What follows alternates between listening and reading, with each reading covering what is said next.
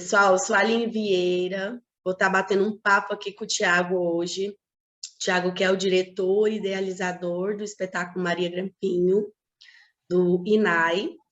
E vai ser um bate-papo bem tranquilo, bem rápido também, né? Que daqui a pouquinho a gente vai estar assistindo o espetáculo. Então, é só para a gente trocar uma ideia, saber mais aí sobre o processo e girar também em torno do tema, que é a poética, né? A acessibilidade e a poética nessa composição específica desse espetáculo.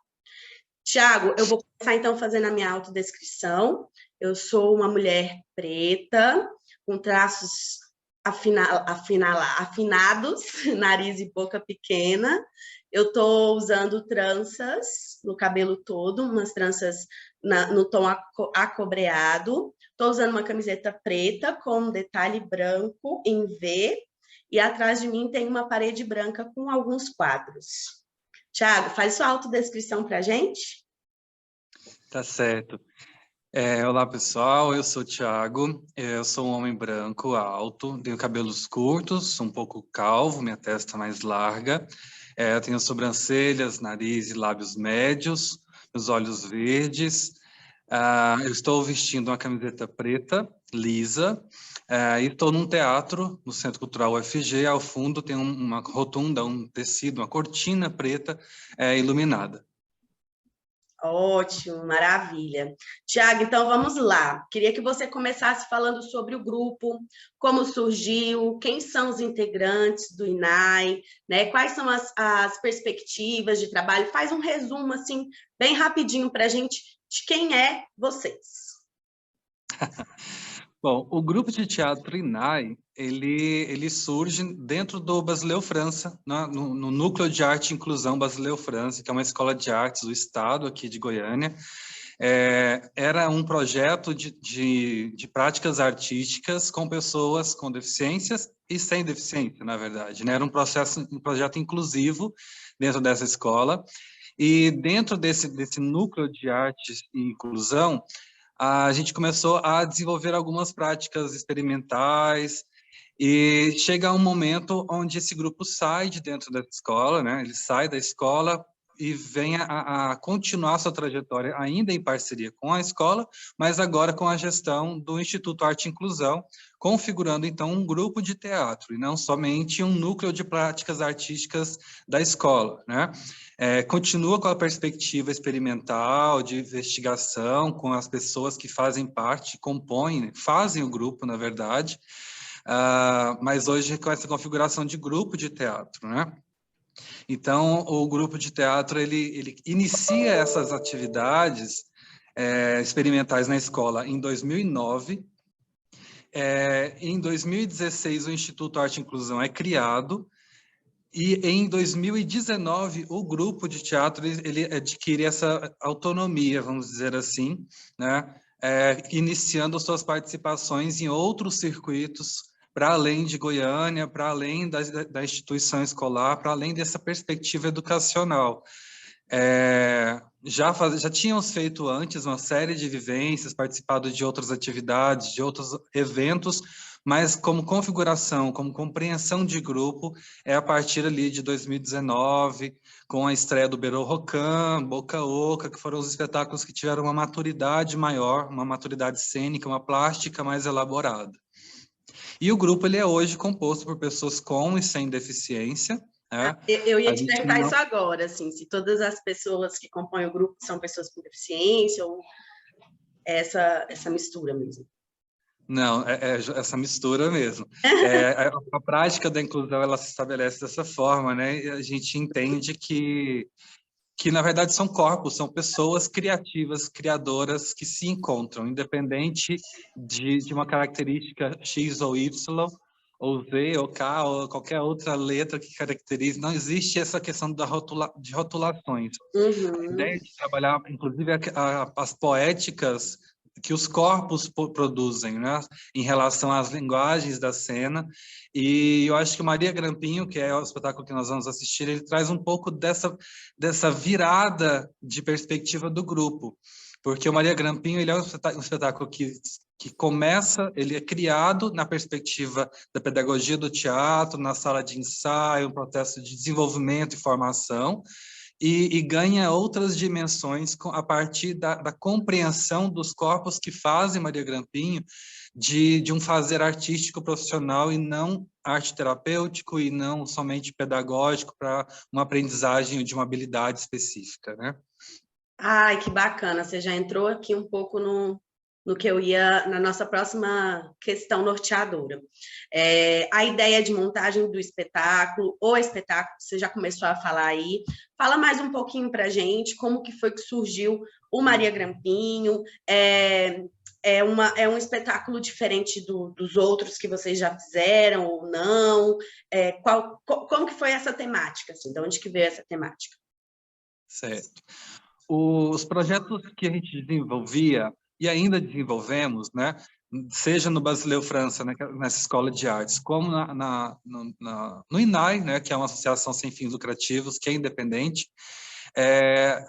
todos esses trabalhos que a gente desenvolve, eles têm uma relação com a perspectiva histórico-cultural de Goiás. A gente pensa que o saber sobre si, sobre o lugar onde se vive, para se tornar um agente ambiental, um agente cultural, nossas linhas de trabalho. E nessa trajetória histórico-cultural, essa compreensão de quem são os artistas, os fazedores de cultura, as pessoas que compõem essa identidade, né, ou que refletem sobre essa identidade, a gente se deparou com algumas figuras muito emblemáticas que nos inspiram bastante a compreender esses caminhos para além da história oficial, buscando a história oral, a história tradicional, né, dos povos tradicionais. A gente trabalhou bastante com o povo Carajá, com a poesia de Cora Coralina e de outras mulheres. E nessa trajetória a gente se encontra ali com Maria Grampinho nas ruas e becos de Goiás. Se encontra através da sua memória, né? Eu não a conheci pessoalmente e nem as pessoas que estão participando, exceto a Francis, que é a nossa mentora e presidente que viveu e pôde conviver com a Maria Grampinho na cidade de Goiás. E surge ali com jogos e dinâmicas envolvendo a história dessa personagem, né? Inicialmente com uma reflexão tentando identificar quem era essa personagem, porque ela é colocada em muitos textos, em poesias. Por exemplo, na poesia da própria Cora Coralina, ela aparece como um vulto da cidade de Goiás. Vulto, para mim, hoje não soa muito bem para uma figura que é tão presente, né, com uma memória tão viva e tão presente. E a gente vai tentando decolonizar a coisa, né? Tentando trazer um outro olhar para essas figuras. E ela também é muito representada como uma das figuras, como bobos da cidade de Goiás. Várias pessoas com deficiência que viveram e vivem em Goiás há um tempo atrás com moradoras de rua, né? Descendentes de pessoas escravizadas ali naquela região, que quando foram libertas ficaram sem lugar, foram para as periferias, para as margens, para um lugar insalubre de viver, e Maria Grampinha é uma dessas figuras. E a gente estava discutindo muito essa questão dos corpos, né? Dos corpos que a gente estava criando, né? Com os corpos com os quais a gente vinha criando, e acabou que tinha essa reflexão, e a gente não queria trabalhar temáticas da deficiência, mas refletir sobre as condições humanas. Né? Então, a Maria Grampinha ela se torna ali uma figura para a gente, através da Maria Grampinho, refletir sobre as condições humanas, sobre esses corpos criadores, esses corpos potentes. E então, ele surge ali. Também vem dois fatores fundamentais que nessa pesquisa de informações a gente se depara com o livro da Diane Valdez, O que Teria na Trouxa de Maria. Então, a história ela é muito baseada nesse livro da Diane Valdez e nas músicas da Lua Barreto e da Débora de Sá, que musicaram o livro e fizeram novas composições musicais em cima da obra da Diane, que foram cedidas para que a gente pudesse trabalhar. Então, o espetáculo ele pega essas músicas, os jogos e danças populares, brincadeiras folclóricas coletadas ali na região de Goiás,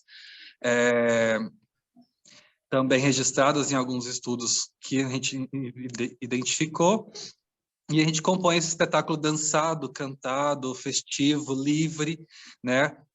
reconhecendo os tempos e as potências e as possibilidades daqueles corpos que estão ali em cena, né? Eu acho que um pouco disso também nessas poéticas que os corpos criam em cena, e tem uma relação também enquanto a acessibilidade comunicacional, que é a questão da forma com que a gente foi entendendo a necessidade de acessibilizar ou de criar de forma acessível, né? Então, o espetáculo ele marca um pouco essas viradas, porque antes ele não tinha a intérprete de Libras, por exemplo, ele não tinha audiodescrição, ele foi criado sem esses elementos. Depois a gente fez várias outras montagens, outras formas de trabalho, que foram incluindo intérprete de Libras, foi incluindo outros recursos de acessibilidade, que muda um pouco a perspectiva também do trabalho. Ah, então legal. Você também já entrou no nosso próximo tópico aí um pouquinho, né? Que é para falar sobre a relação da acessibilidade enquanto uma poética possível nessa composição, nessa criação do espetáculo. Então, conta um pouquinho mais para a gente. Vocês, então, construíram o espetáculo sem pensar junto esses mecanismos. E aí, como é que foi depois para inserir esses mecanismos? E por que você pode também aí contribuir, de acordo com a sua experiência, nesse sentido que você falou, né? De respeitar esses corpos e da acessibilidade fazer parte mesmo de uma construção criativa. Certo. A perspectiva que nós tínhamos anterior a Maria Grampinho, a esse momento atual de Maria Grampinho, né, era de uma pedagogia teatral inclusiva, sem muita atenção para questões da acessibilidade ao espectador. Ele também vem nessa virada de chave da nossa perspectiva, nosso olhar, esse amadurecer de um grupo e de pesquisas, né? Uhum. E a gente começa colocando uma intérprete de Libras em cena. A gente, inicialmente, com a ideia de ter a intérprete de Libras ali numa janelinha, num foco, num cantinho. Aquilo meio que incomodou, de certa forma, a questão do foco da cena, né? E também a atenção dos próprios intérpretes. Então, a gente percebeu que era melhor, talvez, criar uma persona para essa intérprete, para que ela pudesse transitar. Então, a gente já teve duas perspectivas de análise que a gente começa a criar aí. Essa coisa que vem externa, né? A acessibilidade que é posta ali num canto para traduzir as informações textuais, né, que são colocadas, mas ainda não estava integrada na cena, não acompanhava o mesmo foco, não acompanhava o desenrolar, não tinha a plástica da cena integrada. E aí, quando a gente cria essa persona, que é uma persona como se fosse uma figura, uma projeção de Cora Coralina, que escreve poemas, que passeia pela cidade, que são mulheres, são Marias. São várias Marias que andam pelas ruas estreitas de pedras da cidade de Goiás. E essa persona, ela tem esse lugar da mulher doceira, da mulher que escreve poemas, da mulher que caminha nessa cidade, cria histórias. Então, a partir desse momento, a gente cria essa ideia da sombra, mas é uma sombra que sombreia todos os outros. Ali a gente começa a entender que é uma construção poética, que a figura da intérprete, ela não está acessibilizando, ela está criando uma poética acessível. A gente começa a compreender esses processos criativos a partir de então. Isso recebeu várias críticas, essa perspectiva de que se perdia a intérprete em cena, por questão de não conseguir ter um contraste de figurino, uma série de questões surgiram nesses experimentos, que a gente entende esse espetáculo como um grande laboratório para a gente também criar. Os nossos espetáculos são laboratórios de criação, né? A gente está sempre pesquisando. E a audiodescrição, na verdade, ela surge com a pandemia, porque a gente tinha um espetáculo, a gente queria participar dos outros circuitos, mas a gente ainda não tinha o espetáculo audiodescrito presencialmente, né? Então, nós fizemos ele em vídeo, e em vídeo a gente conseguiu também voltar a uma das ideias iniciais, que era o teatro documentário. Então, a versão que nós vamos assistir hoje, ela tem uma pegada de teatro documentário, que a gente traz depoimentos de pessoas que viveram com ela, né, especificamente de uma, que é a Salma Saad, que é quem nos trouxe uma grande gama de informações mais intimistas da personagem, porque elas viveram, elas foram amigas, foram confidentes, né? Então, ele tem uma pegada do teatro documentário também aí nesse sentido, reconhecendo também esses outros corpos que têm suas memórias, que têm suas formas de expressão, né? Que bacana, Tiago. Eu vou te agradecer muito por ter batido esse papo com a gente, ter aberto um pouquinho aí, porque eu sei que um processo criativo, se deixar, a gente fica horas aqui falando, tem muitos detalhes, muitas questões a serem discutidas, mas eu acho que já foi bacana. Fiquem agora com o espetáculo Maria Grampinho, que vai começar daqui a pouquinho, e continuem acompanhando a programação do Procena 2022. Obrigada, Tiago.